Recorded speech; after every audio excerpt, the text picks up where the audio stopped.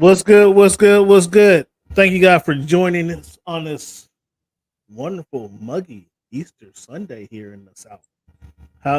How's Easter going for you up there, Mister Cleveland? What kind of weather you guys got up there at Easter Sunday? Oh, I see you trying to rub it in already. And thanks to the fans. Hello, right back to you. No, it's about 49 degrees, partly sunny, so a little bit on the chilly side, little easterly breeze. Easterly breeze. He said that's a good way to put it. I guess ain't nobody hanging out at Seattle Center on this Easter Sunday, huh? I mean If that they don't, if they are, they have their overcoat on because it's chilly out there. that used to be the thing to do, man. Get dressed all up after you go to church. Go down to Seattle Center. What was Seattle Center? We had a few rides down there, and just go out and hang out, and everybody's dressed up and fancy. But I guess that's not going on down there up Yeah, there. that tradition is postponed at least for the time being until it warms up a tad bit. Fans, I want to thank you guys for tuning in to the Voice of the Fans podcast. This is Easter Sunday, so happy Easter to all you guys. Thank you guys for fellowshipping with us. We're just going to give you a quick hit of the Voice of the Fans podcast. Got a few topics I pointed out that I want to get discuss with my guy here and all the fans involved. So please hit us up in the chat or hit us up at underscore Voice of the Fans, at underscore Voice of the Fans. If there's something specific you want to talk about, but I got some topics that we're going to have to talk about. First and foremost, to all you boxing fans out there, heck of a boxing card last night on Prime Video. Their first pay-per-view card last night, Cleveland. I don't know what you were doing. Maybe you were playing tiddlywinks, or I don't know what you guys were doing up there. Did you watch the boxing last night? Surprise the fans and let us know that you watched the boxing card last night, Cleveland. Fans, I regret to inform you I did not watch the boxing card last night. Fans, we got to work on them. Fans, help me out. Cleveland, what's your how can the fans get in contact with you? They can find me Cleveland Steel on Instagram, Clevie Wonder on Twitter, Clevie Wonder on TikTok. And you can hit us up at Voice of the Fans at underscore Voice of the Fans on Twitter. Cleveland, you missed a good night of boxing last night. We had the undercard with I missed several of the undercard fights, but apparently there were some good fights. Rolly Romero versus Pitbull Cruz. Rolly Romero been calling Pitbull Cruz. I saw Pitbull Cruz. He's been calling him Chihuahua for the last 3 weeks. Rolly talks a good game. However, he doesn't have the.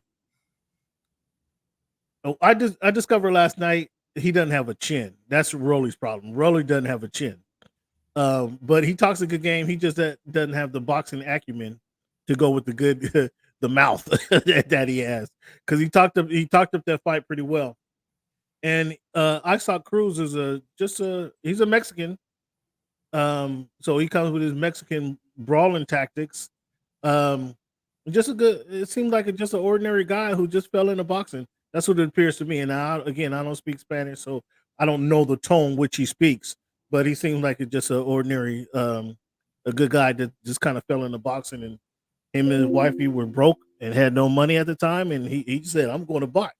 I'm gonna fight for our freedom, our earnings." And that's what he's been doing. He had a fight with Tank. He went the distance with Tank. I want to say he had 2 fights with Tank, but I know he had one that he went the distance. His last fight, they went the distance. Rolly got knocked out by Tank. So these two get in the ring. And again, Rolly has some skills. I determined last night against Pitbull Cruz, he doesn't have a chin. Pitbull Cruz caught him with a couple haymakers and had him staggered in the first round right off the bat. And Rolly survived it. But I think he got knocked out in the 8th round. In the 7th round, he was dazed and staggering around. They could have stopped it then in the 7th round, but I thought it was a good job. I was happy that the refs didn't stop it, because it would have been controversial stoppage had they stopped it at the 7th round. I mean, he got staggered in the last seconds, the last 20 seconds of the round. And then again, if they stopped it, I think it would have been a controversial stop. But I thought it was a good job by the refs not to stop it. The refs after the bell, before going into the 8th round. He said, "Dude, if it gets close like that again, I gotta stop the fight. If it gets that close, I gotta stop." And I thought that was fair. That was actually Tim Harris, I think that was the referee's name. I thought that was a great job of refereeing. He's like, you warned them, like going into the round. If it gets that close, man, I gotta stop the fight. I can't hold back. Sure enough, midway through the 8th round, Cruz caught him with. I mean, Cruz. Everybody thought anybody who throws has a heavy hand. They want to compare him to Mike Tyson, which I thought the comparisons to Tank Davis to Mike Tyson was ludicrous. Like, again, anybody heavy hand since Mike Tyson. No, he punches like Mike Tyson. Whatever. But Cruz literally keeps his hands up, and his first punch is a looping right hook. His second punch is a looping left hook. There's no jab. There's no jab in his arsenal. So he's coming to hook you, whether it's the body, whether it's the head. He's coming to hook you to death, and you better watch out because he has a little power at his little 5. He must be 5'6". He must be 5'6". He's 138, but he has some. He's coming with some power, and Rolly just couldn't. I mean, he doesn't have the chin because he got wobbled in the first round, and he didn't have enough jab to kind of keep him. I thought he had more power than that, but he doesn't have enough jab to kind of keep Cruz. You would think that jab would keep a little guy like that off of him, but he didn't have enough jab. And Cruz went ahead to dispatching him in the 8th round, which again I was most impressed by the refereeing in that fight, and then Pitbull Cruz who just did a good job. Now he has a belt. I don't know what that says for 140. I don't know what that. I don't think that vaults him to the top of the 140 list with your boy T.O. Your boy Devin Haney, Tank who waffles between 140 and 135. I don't think that vaults him to the top of that list because I think that's it was a good win by Pitbull Cruz. I thought going into the fight, he was a better fighter. I thought Rolly was underrated. He showed that he was a better fighter in winning that fight. But again, I don't think because now he took the belt from Rolly Romero. I don't think he might be the top 5 or top 6 or 5 or 6 fighters at the 140 division, which is a lot of people in that division. So we'll see what happens to what happens for him next. But nonetheless, he has a belt. Congratulations for Pitbull Cruz for getting that belt. The headliner, Cleavon, Cleavon, tell the fans who just joining us if you watched boxing last night or not. I regret to inform the fans I did not watch boxing last night. No. Do I have a boo? Let me see if I don't know if I have a boo here, fans, but I need to get a boo. No, that doesn't. I need to get a boo. Yeah, Cleavon taking shots. I need to get a boo. Are you ready? I need to get a boo. I need to get some boo soundtracks on here. Sound effect, okay. Look like a buffoon. There you go. That's good enough, Cleavon. Look like a buffoon. The headliner tonight was Sebastian Fundora, who stepped in for Keith Thurman. In Cleavon's terms, Keith Thurman didn't want to fight that night, but he was fighting Tim Tszyu, the champion, the 2-belt champion at 154, coming up from Australia, has never fought in Vegas, was looking forward to the moment to fight in Vegas and gain some American fans and show Americans what he had at 154.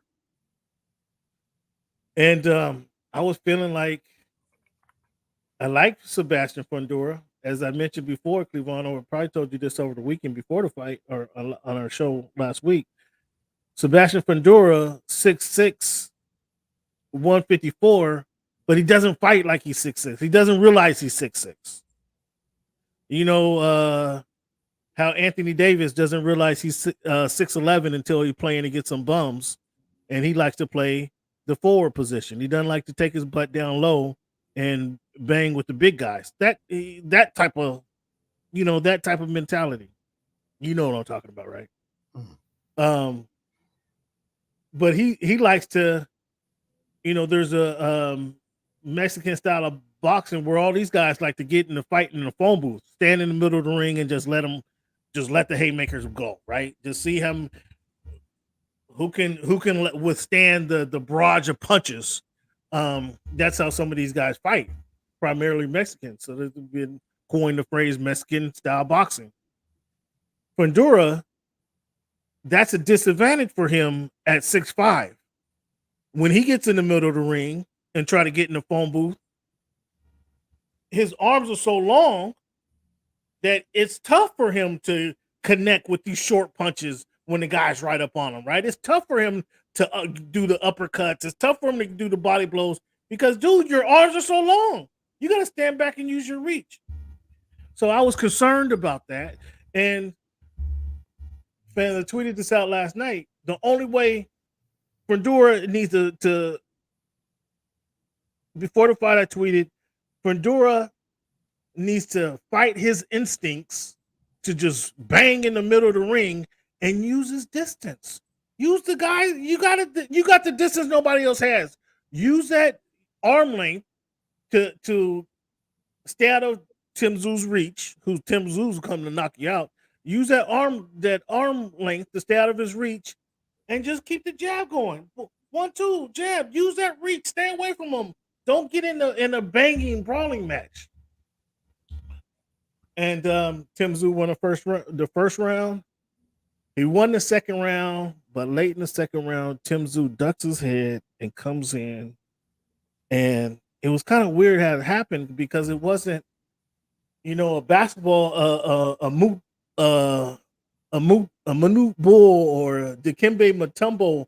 When they get to swinging their elbows, they catch somebody on the eyelid, right? You can see that the point of their elbow connects and it splits their eye open, right? Tim Tszú kind of like caught the inside of the elbow. It wasn't really the elbow. Kind of caught the inside, and it was kind of really weird how that split a cut right on his head, like right on his, not forehead, but on his head. And it was a gusher. It was a gusher. Immediately, Tim Tszú puts his head down and the water faucet was on from then on. Joe Goosen, one of the ring announcers, Hall of Fame trainer, they could never control that cut from the second round on. It went the distance, but they can never control the bleeding. And with the Vaseline, the ointment they used, it wasn't control. It wasn't stopping the blood. It wasn't coagulating. Coagulating the scab. It wasn't. It wasn't stopping. It never stopped the blood, the bleeding. So immediately, Tim Tszú put his head down, and the thing just started flowing.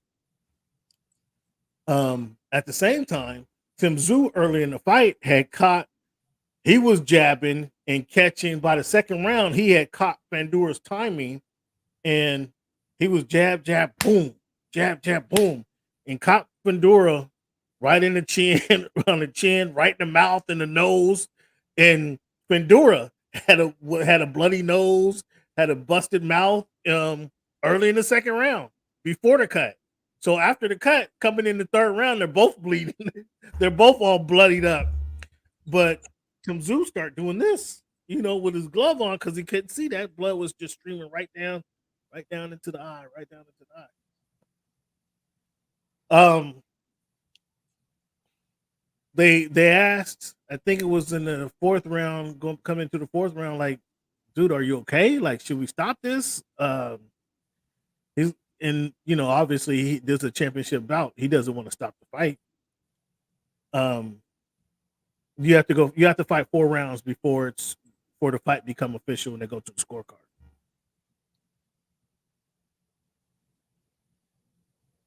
But Sebastian Fundora had at that point, and that changed the cut changed the fight. It did change the fight because Tim Tszú now for the 4th, 5th, 6th round, he's worried about this cut, because he can't see, so he lost his timing, and Fundora just stepped back and kept jabbing right hand at that cut, or right hand at him, but not at the cut, but the cut streaming down the fight. Bandura is start using his reach. Very impressive fight. Very, very impressive. And I don't know. If I was there, that's the question I would have asked Sebastian Bandura. Did you have a hard time staying disciplined and not trying to bang with this guy? Was that the game plan? Because we've never seen that from him before, ever. But he's using that reach. He's using that reach, staying away, staying out of the fighting zone. And that was the most impressive win.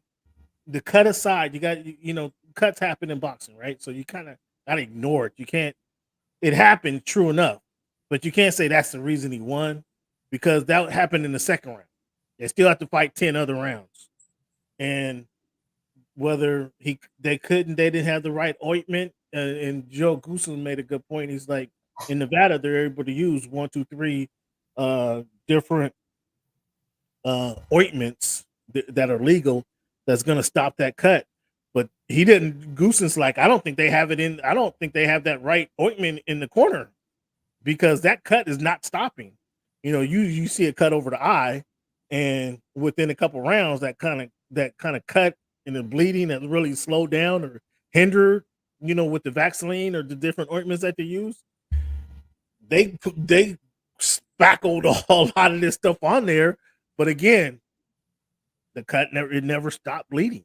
It never stopped bleeding till after the fight, obviously. Now when they're able to hold the towel on there. But I credit Bandura. I love the job that he did. Use his length, use his distance to keep Tim Tszyu off of him. And that was the most disciplined fight I've seen from him, because he had to fight against his instincts to just get in there and bang and use his distance to keep him off of him and outpoint him in the fight. He didn't knock him out. I didn't expect him to knock him out. I didn't expect him to knock Tim Tszyu out.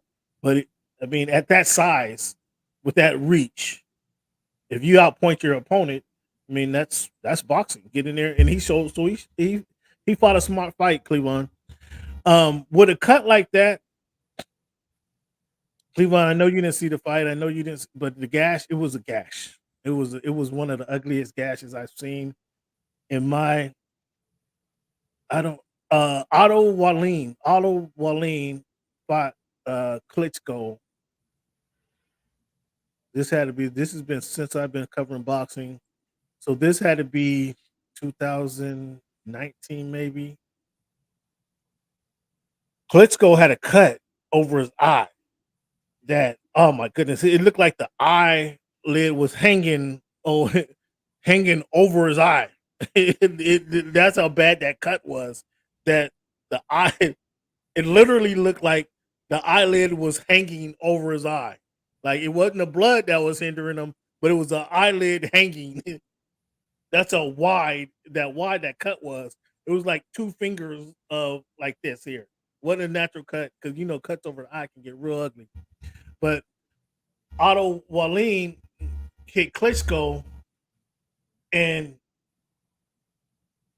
it went. I want to say they stopped the fight. I don't remember exactly what happened, but that was the ugliest. That was the let me look up. That was the ugliest fight, or the ugliest cut that I've seen. I want to say they robbed Wallin of that fight. That's what comes to my mind. I think they robbed Wallin. They gave it to Klitschko because he was the.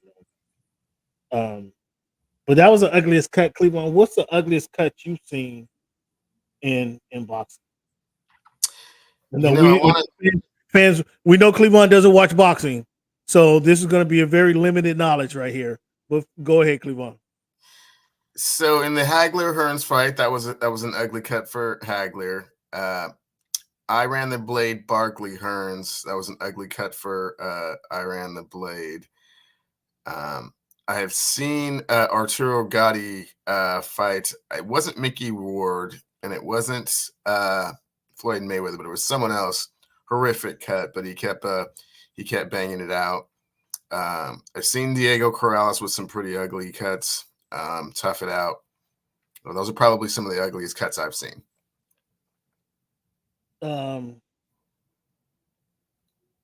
Yeah, that was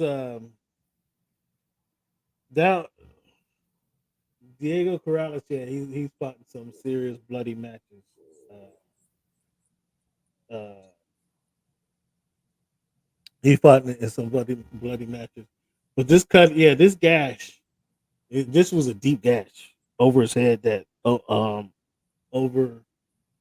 Tim Zoo's head that it was just it just kept going. Cups eventually they were able to slow down the blood from the nose of Pandora, from the mouth of Pandora, but they weren't in Tim Zoo's corner. They weren't able to stop they were not able to stop the bleeding, and or they weren't able to control it, and it did hinder Tim Zoo. I, I can't refute that. However, boxing, you got to live with what's going on in the ring, right? Pandora was able to. I mean, he just fought a very disciplined fight, the fight that he needed to win, or he needed to fight to win that fight, which was impressive. So now, I think they should have ran that back. I think there's no question there's no question in my mind that they should run this back, because it wasn't. A couple things happened. That was the most disciplined fight we've ever seen Sebastian Pandora fight. Credit him for winning for fighting that fight and allowing him to win that fight. But then uniquely, that was a very unique gash that Sebastian, or excuse me, that Tim Zoo had, that kind of, I don't want to say took him out of the fight, but didn't allow him to fight his best fight. So if we run it back, maybe that we're hoping that that doesn't happen, right? And then we see these two men go at it again straight up, because now Sebastian I was kind of honestly going into the fight. I was like, man, this doesn't feel good for Sebastian, because I'm thinking everything is geared towards Tim Zoo. This doesn't feel good for Sebastian, but he came in there and he fought an excellent fight. I just can't express um, how I can't give him enough praise for the fight that he fought, because he fought an excellent fight, very disciplined fight to win that fight. But I think these two men should run this fight. Whether Tim Zoo is able to heal quickly enough to have a fight around Thanksgiving, give him 6 months to heal, or 6 months, a couple months to heal, a couple months to train. Um, we're looking at Thanksgiving when that fight should happen again. Or what's your thoughts on Crawford already said weeks ago he wanted to fight the winner of this fight, and it was kind of a gentleman's agreement that the speculation was that Tim Zoo was going to win this fight. So the gentleman's agreement was that Tim Zoo would fight Thurman, or excuse me, Tim Zoo would fight Crawford, assuming he won that fight. That was kind of the gentleman's agreement. But then your boy Errol Spence climbs in the ring. Errol Spence actually tweets out uh, Thursday, I think it was, that I'm going to Vegas and I want the winner. I want the winner of the fight. Errol Spence is a PBC fighter. Crawford is not a PBC fighter. So it kind of looks like Crawford is getting boxed out of the fight with Sebastian Pandora, because again, he said he wanted the winner 2 weeks ago. That he wanted the winner of that Pandora uh, Tim Zoo fight, but because Errol Spence is already a PBC fighter, he shows up in the ring. He says, "I want it next." They asked him in the ring, what would you guys think about this fight?" And they try to hype up that fight with Spence versus Pandora. What do you think? What's your thoughts on Crawford clamoring, Crawford and Spence now clamoring to fight Pandora? What's your thoughts on that? Well, as you know, boxing has become, it sounds real political, Cam. I mean, first thing you said is he's this kind of fighter with this organization. So apparently that means something, which basically means where PB basically, yeah, sure, which basically means that it's political and that it's all about finances and it's not about who's going to actually give us the best fight. And Errol Spence has realized that it's going to be a very difficult task to beat Crawford. So he's got to try and get his money somewhere. So he might as well, jump in and throw his, hat in the ring with regards to fighting the champion, so that he doesn't have to fight Crawford again. And also taking away Crawford's opportunity to express, and display his dominance again. So, yeah, that's just how boxing goes these days. Real political.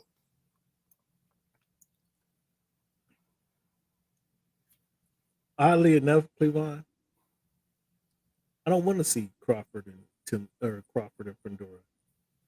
I think, first of all, let me say, I think Sebastian Fundora and Tim Tszyu need to have a rematch. That's definitely a rematch worthy fight. Tim Crawford clearly whooped Earl Spence ass, so that's not in question. He'll beat for Sebastian Fundora. I mean, they went to the 9th round, if I'm not mistaken, to the 7th. Yeah, I think he knocked him down twice in the second, and twice in the 7th, and then it ended in the 9th round, if I'm not mistaken. I may have the rounds mixed up. Sebastian Fundora is not making it to the 9th round against Terrence Crawford. Whether he decides to bang Terrence Crawford or he fights that disciplined fight he fought the last night, he's not making it to the 9th round. Whatever style he fights, that's not happening. I really don't want to see that. Like, I know that's gonna happen. Spence and Fundora, they're both PBC fighters. That's why that's why he was in the ring last night. That's why that's easily signed fight. Hey guys, Sebastian, you're the champ. You get 51. Earl Spence, you're a legacy dude. You get 49% of the purse. However, it's an easily done fight. That fight is easily done. Where if they fought, if Crawford was in there, like, they have to give Crawford 60% of that purse. Period. They have to. Like, he's already dominated. Your top PBC top guy was absolutely obliterated by Terrence Crawford. Don't come at me with, oh, he's the champion now. Stop it, cut it out. So there is some politicizing to that, and if Crawford gets boxed out of this, if Tim Tszyu and Sebastian Fundora don't run this back, and Crawford gets boxed out of fighting the champion, then it will be another example of the corruption of boxing. Yes, that's absolutely yes. Okay, fans. Again, thank you guys for tuning in to the Voice of the Fans podcast. Give yourself a round of applause for being here today. Cleveland, it's time. It's time, Cleveland. It's as you guys know, those of you who follow the show, I've had a little more time on my hands over the last week and a half. I've been able to sit on the couch in the evening time and watch some NBA basketball, Cleveland. And some of the basketball I've chosen to watch, and I wanted to take a better look, Cleveland, at this kid, Victor Wemby. Have you heard of him? I've heard of Big Vic. And I wanted to know, I see some highlights. I watched a couple games before this week. But I wanted to take a deeper look into Victor Wemby. My first question, Cleveland, to you is, has he lived up to the hype? The second half of the season, most definitely. It was a little bit steeper of a learning curve than I think he or the Spurs anticipated in the first half. Him adjusting to the physicality of the league, kind of the way things operate, some of the nightly matchups, and I think it took his teammates a little bit of time as well to kind of adjust to the talent that they were playing with. It didn't seem to me that they were understanding how dominant he actually really is, and were not deferring to him as often as they should have. But in the second half, they've kind of gotten it all together, and he's put up some historically impressive stats.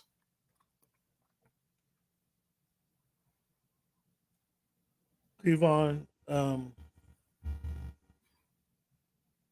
Victor's averaging 20 points a game, 10 rebounds a game, 3.4 assists a game, and a league-leading 3.4 blocks per game. This kid is doing stuff, man. This kid made a couple moves. It's not only the stats, but it's the moves that he's making. Do you remember?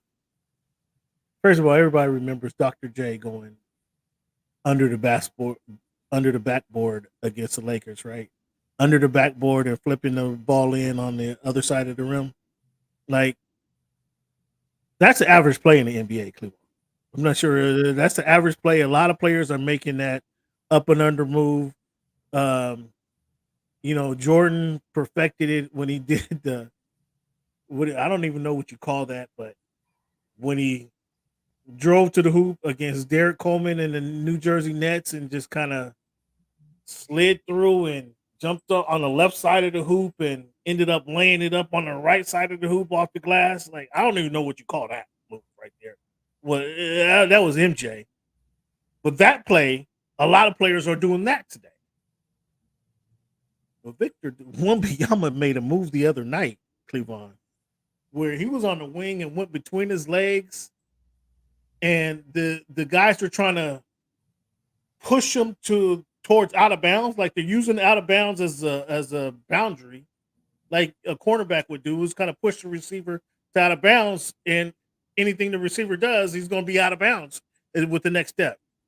But Victor took a step and was like outside the key, took a step and crossed the guy up and then dunked the ball from outside the key.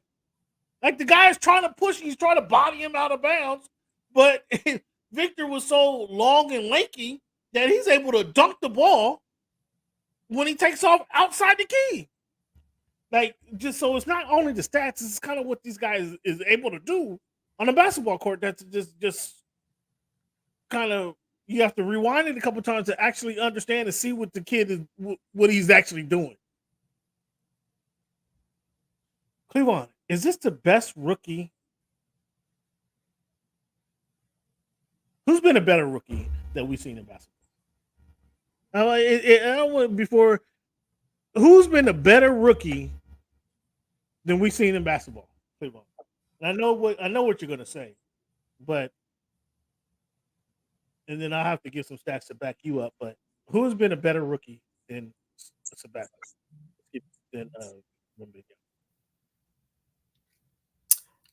In the history of basketball, we're talking about? Or in the history of basketball, yes. Kareem. A better rookie than. Yeah, he won the championship his rookie year. Kareem, Magic, Larry Bird, and LeBron James have all been better rookies.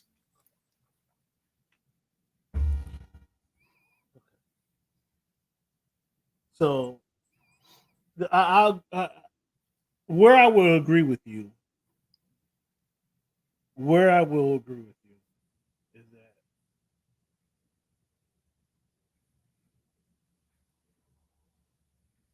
team success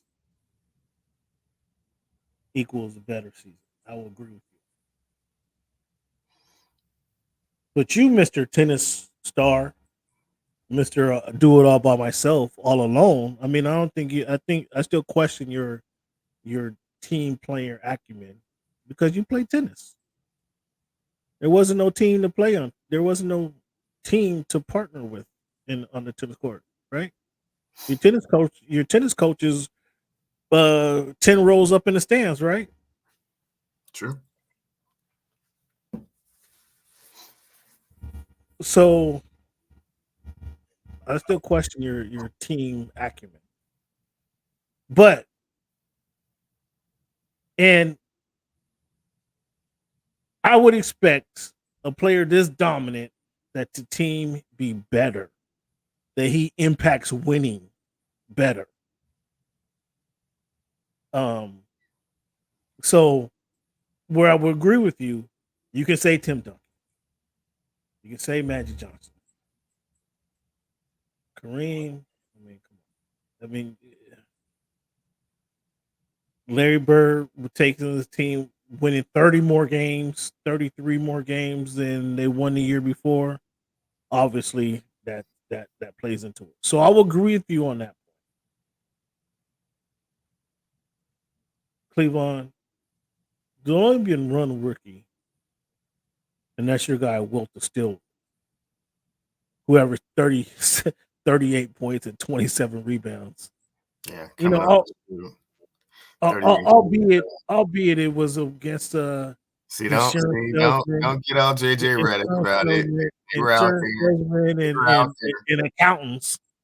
You know, insurance salesmen, accountants, and bankers, stockbrokers. You know, he did that.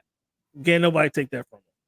And he essentially wrote the record book, rewrote the record book playing against those accountants and stockbrokers, right? Victor's playing against real NBA players. Okay. So we sometimes we just can't even recognize, or we can't add Wilt to the conversation because the competition was so much different, right? You agree with that? You have to agree with that, right? Perhaps the records are a little distorted, but to say that they have no relevance is a little bit of an insult to Wilt, given the fact that he was the most dominating player the minute he stepped on the court, which Victor Wembanyama has not been. I mean, when you say the most dominant, what was the Olympic, not Olympic style, but he was Olympic level athlete, right? Did anybody he played against, were they capable of participating in any Olympic sport? Cleveland, the answer would be no. Okay, no, that would be the answer. So the competition a little distorted is an understatement. Enough about that. But this is about Wemby. This is about Victor. Cleveland. If you add up the point steals, rebounds, and assists, and blocks per 36 minutes among rookies, Victor, there's no competition to what Victor Wembanyama is doing. That would be 49.1 for Victor Wembanyama. Just give me some names, Cleveland, and I'll tell you if they're in the next five. If you add up points, rebounds, assists, blocks, and steals, just name some names who you think might be on this level, and I'll give you a hint. The guy, the three you mentioned, Kareem, Magic, Bird, are not on this list. Knowing that, just give me some names that you think could compete with the rookie season that Victor Wembanyama is having. Shaq, Hakeem, LeBron. Only one of those guys made the list. This list of the next five that on the next five, well, I'm saying, okay, only one of those guys. And you want to, so I'll give you out of the three you named, Shaq, Hakeem, LeBron. Pick one. Hakeem. No. And you want to pick another? You another try, or you just want me to start giving you names, Cleveland? Just start giving me names, man, because you're statting me to death, and it's distorting for the fans. You know what I'm saying? It's not distorting for the fans. I'm trying to make a point. What's going on? With your hollow stats, and you're not really saying much. So just go right to your list. Hollow stats, Cleveland. The reason you can say these are hollow stats, and I can't refute I couldn't refute if you gave me the argument that his team is they haven't won 20 games. And let me see. I don't think they've won 20 games. If you want to say that they haven't won 20 games, I have no argument there. I have zero argument there. If you want to say they haven't won 20 games, and let me just confirm this before I say it in Cleveland. They were eliminated from playoff contention in February. Again, Cleveland, if you want to say I agree with that. I agree with that. If you want to just say looking at upon him They're the worst team in the. They're not the worst team in the league. They're the fourth worst best team in the league. That right now, as of today, they're 18-56. So if you want to say he doesn't impact winning, I totally agree. I have no argument there, and that's what I said. As the best rookie ever that we've ever seen, he should have impact winning better. But the Spurs hasn't helped him out. The Spurs haven't helped him out, and I'm kind of questioning. Shame on Pop. Pop, you see what you have coming in. Why don't you put a team? Pop, you've been around the league long enough. You've seen. Maybe you haven't seen quite this talent, and I understand that. But you've been around the league long enough to know that a big guy coming in here with these type of skills, these type of unique skills, he's probably going to need a veteran point guard on the team. Somebody that can identify when he's open, somebody can help him get open, somebody that can help him get easier shots. Pop, I kind of put that on Pop. And again, if I had the chance to ask him, I'm like, Pop, boy, do you take responsibility for not constructing a better team around him? And now I'm not looking for you to construct an all-star team around him, but construct a better team around him that at least he can make that transitions a little better and he can use his talents and these other guys can help him be better sooner. Like, I kind of put that on the Spurs. Do you understand where I'm coming from? Yeah, a tad bit, but to your point, Pop has also coached Tim Duncan and David Robinson, so I think he understands that aspect of the game fairly well. Perhaps he just gave a little bit too much credit to Victor and how long it was going to take him to make that adjustment. Okay, so again, let's get back to your statting me to death. So you were statting me. Now you're interested in this list. Sure. I mean, the suspense is killing me at this point. You've been statting me to death with this remarkable stat line that only like people on Mars could do. So what is it, man? People on Mars again, fans. I just add a reference to it now. Cleveland doesn't like stat, but now he's interested in the stat all of a sudden. I tried to deviate, and he wants to bring it right back. So if you add up points, rebounds, assists, steals, and blocks per 36 minutes among rookies, right? This is some of the top rookies to ever play this game. Cleveland gave me, who'd you give me? Kareem, Shaq, and Magic, and LeBron? It was, yeah. What did I get? Help me get it up. Help me correct it. Yeah, no, it was Kareem, Magic, Bird, and LeBron. I thought were better rookies. None of these guys are on this list. And I just go 5 deep. I'll just go 5. I was just going 5 deep. Or after Victor, there's 5 other guys. It was not one of the, well, Shaq was on the list. Shaq is on the list. And this list goes Victor at 49.1. David Robinson at 43.2. Shaq at 41.3. I know you don't like to give Michael any love, but Michael's on the list, 41.1. Ralph Sampson, 40.9. And Luka Doncic, 40.7. Victor is at 49.1, 6 points higher than David Robinson. Staggering. I know it blows your mind. I know that blows your mind. But now, are you still want to discount that stat? I'm sure. I'm guessing you still want to. Yeah, all those other players. That team made the playoffs, right? And this team doesn't even won 20 games. Again, and that's hollow stats, meaningless stats because it doesn't translate to winning at all. So his 20 points per game, 10 rebounds per game. 3.4 blocks are meaningless. That's what you're saying now. 20, 10, and 3 is an impressive rookie season, but by no means like the greatest rookie season in the history of basketball. No, I can't give him that on a team with 18 wins. No. So never mind the fact that. Yeah, never mind that stat that you just concocted per 36 minutes via the trade windmill or whatever, system you were using. Yeah, man. No. They limit him to 28 minutes per game. They limited the Spurs have limited him to under 29 minutes per game. Good. They're trying to bring him along slowly. So even in doing that,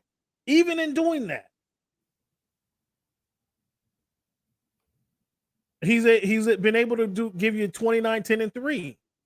I'm playing 20. I'm 20, playing 20, 10. excuse me, 20, 10, and 3. Okay. And playing limited minutes. Great. There's no credence to that. So now here's the even funnier part about your stat. He's not even averaging those minutes. So what you're doing is projecting if he was actually playing those many minutes. He's No. Yes, you are. Because you said 36 minutes. You see he's averaging 29 minutes a game. Well, that's actually a stat per. I mean, they have the stat. So he's not playing 36 minutes a game. You're projecting what he would be able to do if he was playing 36 minutes a game. Boy, I tell you, this guy fan. So Victor's a bust. Yeah, you don't like it when the stats. You don't like it when the stats hit back at you, huh? So Victor's a bust, according to Cleveland. Victor Wembayama is a bust. According to Cleveland, I never said bust. But I said according to Cleveland, Victor Wembayama is a bust. And you guys heard it here. And then you got double exposed because first he was trying to stab me to what, death.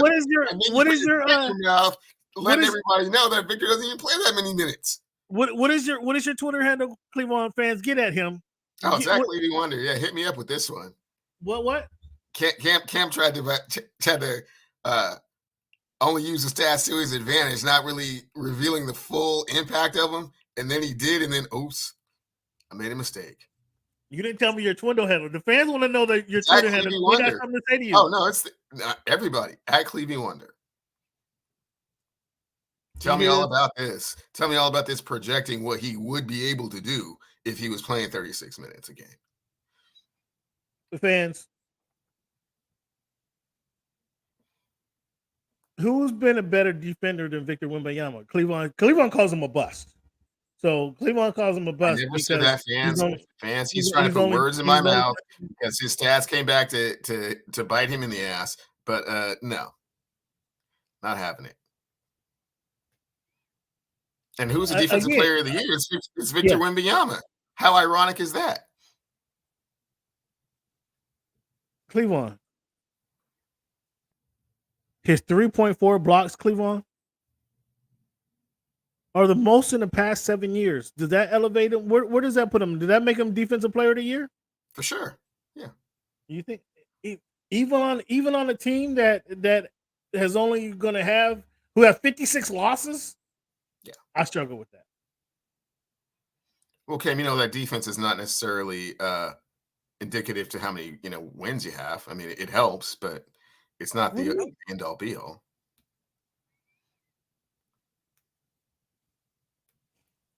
So you have them? You say Magic. You have Larry Bird. Larry Bird went from 29 wins to 61 wins. You have Chamberlain accounted for 17 more wins and won the MVP award. Again against accountants and stockbrokers. Where do you have him on the list? Magic obviously won the MVP, won the NBA championship, assisted by Kareem's Lakers.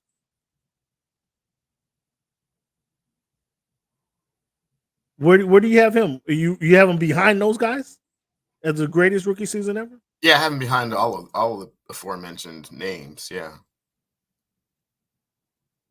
Okay, so that makes him the number 5. Then you slipped up and you said how remarkable David Robinson's impact was. And then you slipped up and you said how remarkable Tim Duncan's impact was. And then you slipped up and you said how remarkable Shaq's impact was. And then you slipped up and said how remarkable LeBron James' impact was. So he's behind all those guys too. I don't think I ever mentioned LeBron's name. So you have him according to Cleveland. Victor Wembanyama is not even in the top 10 of rookie seasons ever in the history of the game. Correct. Yes. According to Cleveland. Correct.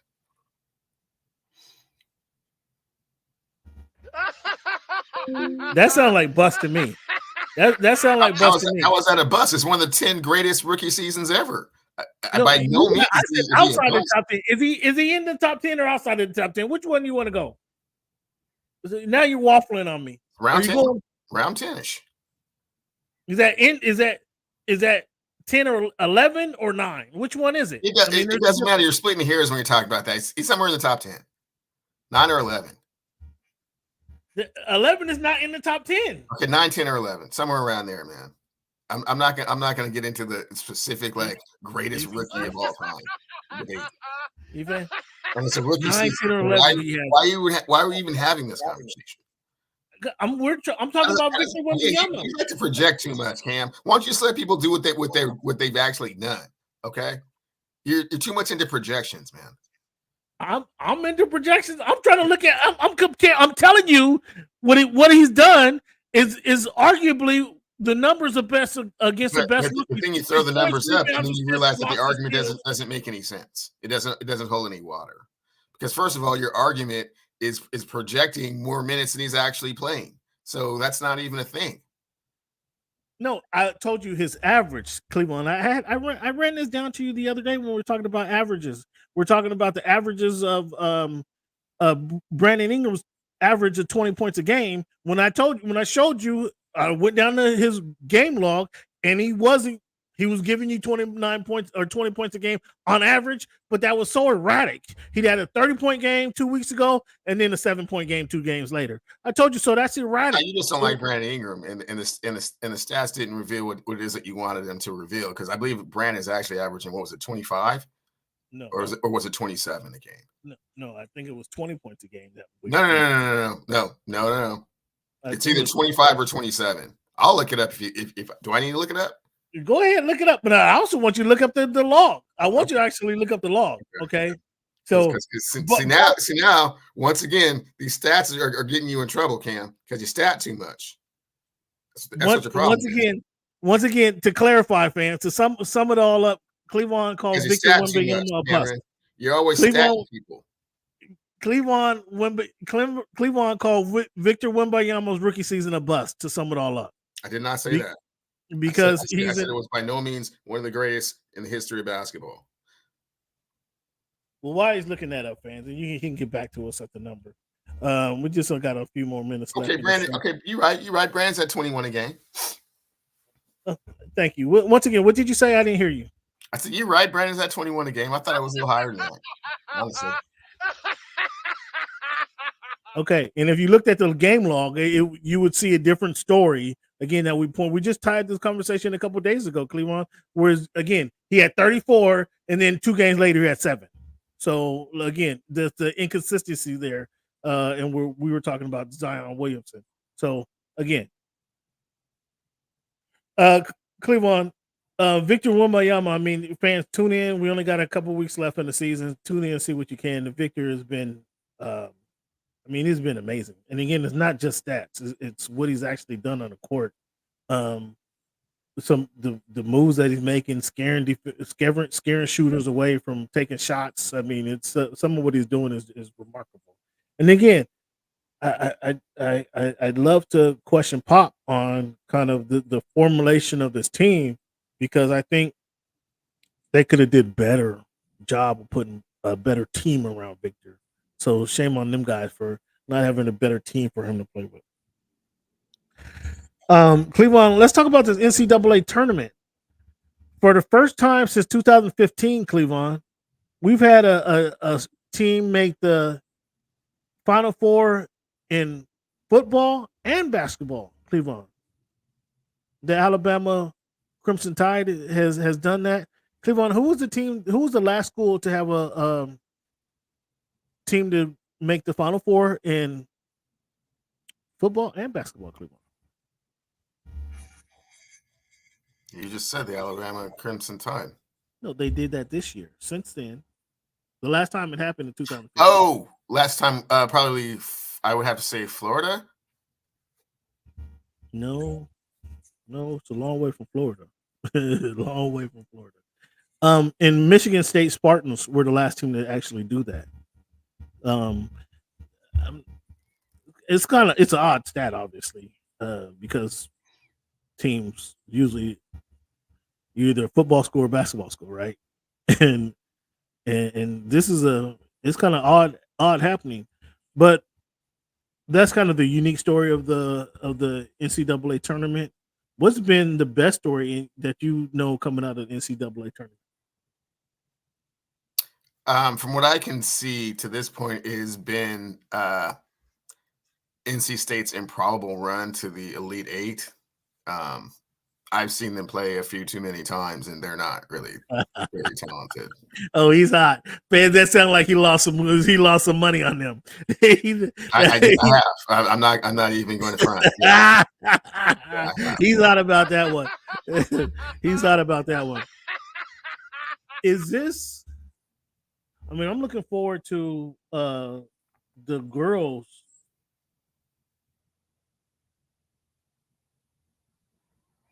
I'm sorry, fans. Spurs rookie Victor Wembanyama was penalized 25 grand for throwing the ball into the stands as time expired against a win in versus the Knicks on Friday. So I guess now Victor is learning about the NBA. Doesn't play a lot of stuff right here. You can't do that. So they took it easy on him at 25 grand. I'm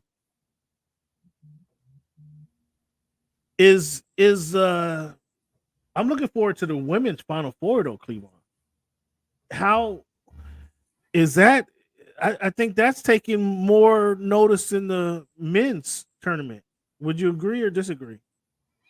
The names are more familiar. The storylines are a little bit more intriguing, and the upper echelon players are, I would have to say, better with regards to the talent or the competition around them. So, yeah, the Caitlin Clarks, the Jujus, the what's my girl's name over at LSU?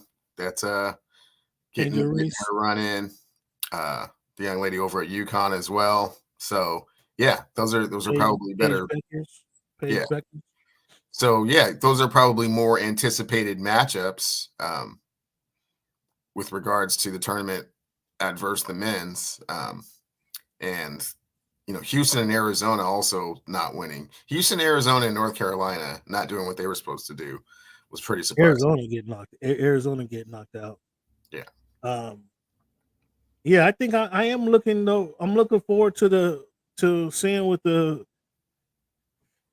how the women shake out. I mean, because you got Juju getting her team there. And again, we're gonna have a rematch of the championship. We are gonna have a rematch of the championship with LSU and Iowa. That's not Final Four now. That's no, you're right. I'm saying. I mean, I'm just saying that's tomorrow night, right? Monday night. Right. That's gonna be. I mean, that's a heated matchup, and again, there's still more to go, right? Like there's still. Yeah, I mean, South Carolina is not a clinched Final Four. UConn hasn't clinched Final Four. That's still unfinished business. UConn and SC is going to match up tomorrow. Iowa LSU is going to match up tomorrow. We got Texas and NC State. That's today. This is on a women's bracket. And then, I mean, South Carolina, Oregon State. Oregon State got a chance. I know you don't like those Beavers, but do they got a chance? They had an upset in the round before, so yeah, they have a legitimate chance. They beat Notre Dame. Nebraska previously. And then today we got in the men's bracket. In the men's bracket, who we got today? Who is wrapping this up? We have Duke NC State is one of the games. Oh, and Tennessee and Purdue's the other game, right? Yeah, Tennessee, Purdue. Are you going with Zach Edey? Yeah. You say that confidently. Is Zach Edey going to be a top? He going to be a top 10 pick in the league? Should be. You think so? Yeah. Even after his 3 years at LSU or not at LSU at Purdue? Yeah, that hasn't changed the fact he's 7'4". I mean, but again, you stay. You know how they do in the NBA. If you stay too long, Yeah, except for this 7'4". Huh? Except for this dude 7'4" is about to win a national championship, quite possibly. Oh, so you calling my bracket correct then? Because I got Edie winning the Final Four. I say quite possibly. I Oh, don't see. recall if he's on the Connecticut side or not on the Connecticut side. So Connecticut is doing their thing. The coach wearing the same draws every game. And Connecticut is doing their thing. I mean, what do you think about the coach saying that Hurley saying that his wife washes his underwear so he can wear them for the next game? I mean, at least she washing them, I guess, right? you know, Cam, as a fan, I love that kind of superstition, man. If you think something is working, and it clearly is working, you can't tell that. You can't, like, we take it back to Bull Durham days, man. You can't tell me no different, man. Yeah, I mean, come that's on, why you man. winning. What is his underwear got to do with how hard this thing was He playing? decided that then every time I wear these draws, we win. So I'm gonna keep wearing these draws. I'm not nasty. I'm gonna wash them every day, but yeah, them is the ones I'm gonna put on. Did you hear him say that after the game? I got to get these to my wife so she can hand wash them. I didn't hear him say it, but it was He so said much that after made the game. about it. There was so much made about it that yeah, I heard about it incessantly. But I thought I didn't see a problem with it, Cam. I didn't see a problem with it. Oh man! So you got your wife hand washing your drawers? What will you get after you get a big win? If I'm winning 18, 19 games in a row, and every time I had the Michael Kors on, we go, oh yeah, you lost it. Put them back on. Yeah. I'm okay with it. I think it's hilarious. The superstition is one thing, but come on, I mean, driving the same route to the game. Eating the same, I eating get the it. same food. I get it. Having the same pregame meal. On the same, yeah. I mean, real. wearing the lucky socks. I get Yeah. it. That stuff is real. With the same draws now, come on. He's taking that baseball superstition. He just brought it to basketball. Is all. Okay, fans. Well, let's keep our eye on seeing what's going on.